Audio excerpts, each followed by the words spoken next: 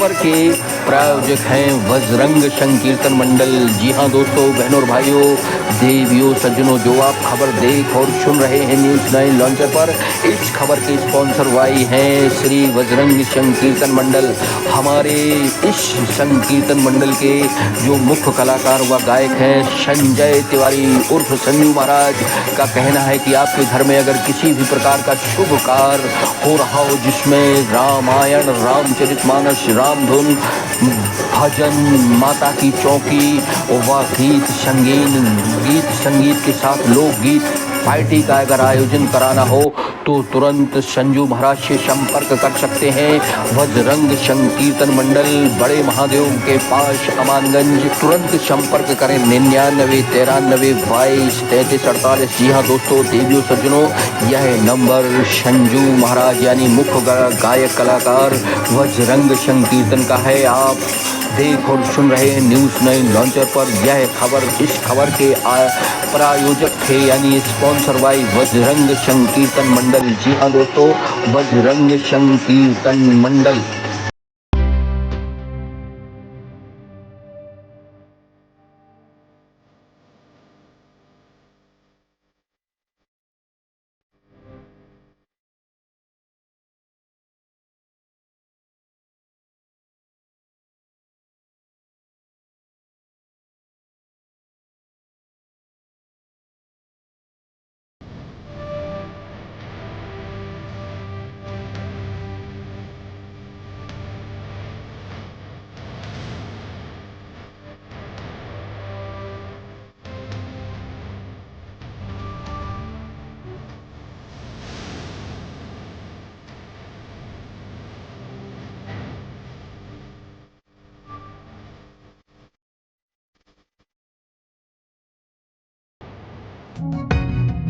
जिससे नाराज होकर बीजेपी नेता राहुल गांधी पर तीखे वार कर रहे हैं और उन्हें देशद्रोही तक कहा जा रहा है। सोशल मीडिया प्लेटफॉर्म एक्स पर पीएम मोदी के पुराने वीडियोस का एक कोलाज पोस्ट किया है, जिसमें पीएम मोदी विदेश में भाषण देते हुए पिछले जन्म में क्या पाप किया था, हिंदुस्तान में पैदा हुए। ये कोई देश है? ये कोई सरकार है? इसी तरह और क्या कह सकती है? मोदी जी तो चाइना और दक्षिण कोरिया और ब्रिटेन और जर्मनी और कनाडा और यूएस जाकर कहते हैं 2014 से पहले जो हिंदुस्तान में पैदा हुआ वो कोसता था। मेरे पास बाइट्स भी अभी सुनाऊंगी आप लोगों को। तो क्या मोदी जी अपने जन्म को कोसते थे? मुझे ऐसा लगता है कि हिंदुस्तानी पैदा होने से ज्यादा बड़ा गर्व और किसी बात का हो ही नहीं सकता है। बीजेपी के पास मुद्दों पे बात करने के अलावा बाकी सारी नौटंकी करने का टाइम है। वो बयान किस संबंध में दिया था? इससे पहले राहुल गांधी ने कहा, ये बिल्कुल साफ है कि चुनाव आयोग ने समझौता कर लिया है। ये भी स्पष्ट है कि सिस्टम में कुछ गड़बड़ है। राहुल गांधी यही नहीं रुके। उन्होंने महाराष्ट्र चुनाव के नतीजों को लेकर आगे कहा, मैंने ये कई बार कहा है कि महाराष्ट्र विधानसभा चुनाव में जितने वयस्क थे उससे ज्यादा ने मतदान कर दिया। राहुल गांधी ने आगे ये भी कहा कि हमने चुनाव आयोग के अधिकारियों से वोटिंग की वीडियोग्राफी के मतदान के आंकड़े दिए। शाम 5:30 से 7:30 बजे के बीच 65 Then there are adults in Maharashtra. This is the fact. And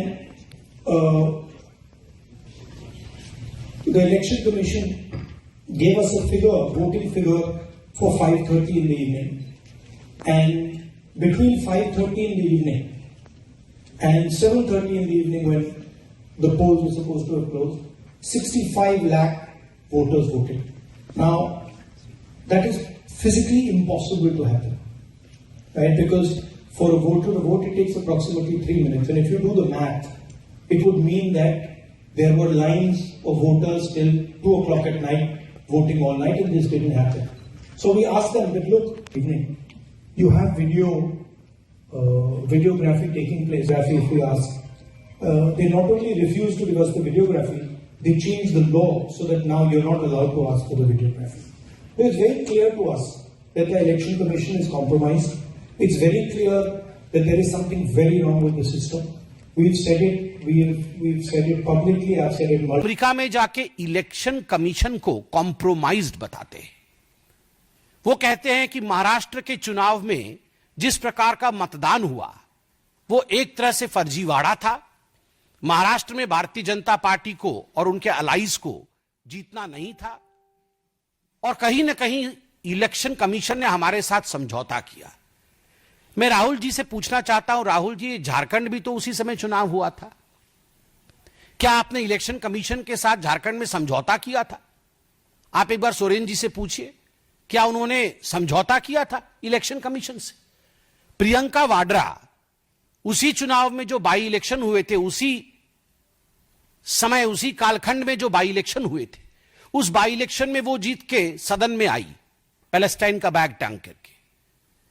आप बताइए, क्या प्रियंका वाड्रा ने रॉबर्ट वाड्रा की मध्यस्थता से इलेक्शन कमीशन के साथ कोई कॉम्प्रोमाइज किया तभी उसकी जीत हुई, या वो अपने मेहनत पर जीत कर आई? नेशनल हेराल्ड का केस चोरी का केस नहीं है, डकैती का केस है। 5,000 करोड़ की प्रॉपर्टी का मात्र 50 लाख रुपए देकर और 440 करोड़ रुपए का इनकम टैक्स गबन करके उसे चोरी और भ्रष्टाचारी नहीं कहते हैं, वो डकैती होती है। मां बेटे ने डकैती की है और डकैती करने के बाद इनकी इतनी हिम्मत है कि विदेश की भूमि में जाकर आप हिंदुस्तान के लोकतंत्र के ऊपर उंगली उठाते हैं। राहुल गांधी, आपसे नहीं हो पाएगा हिंदुस्तान में राजनीति, तो जाकर के किसी और देश से चुनाव लड़िए, मगर जिस थाली में खाते हैं अगर उस थाली में आप छेद करेंगे तो आप देशद्रोही कहलाएंगे। के खिलाफ बोलते हैं, जबकि कांग्रेस और राहुल का कहना है कि वो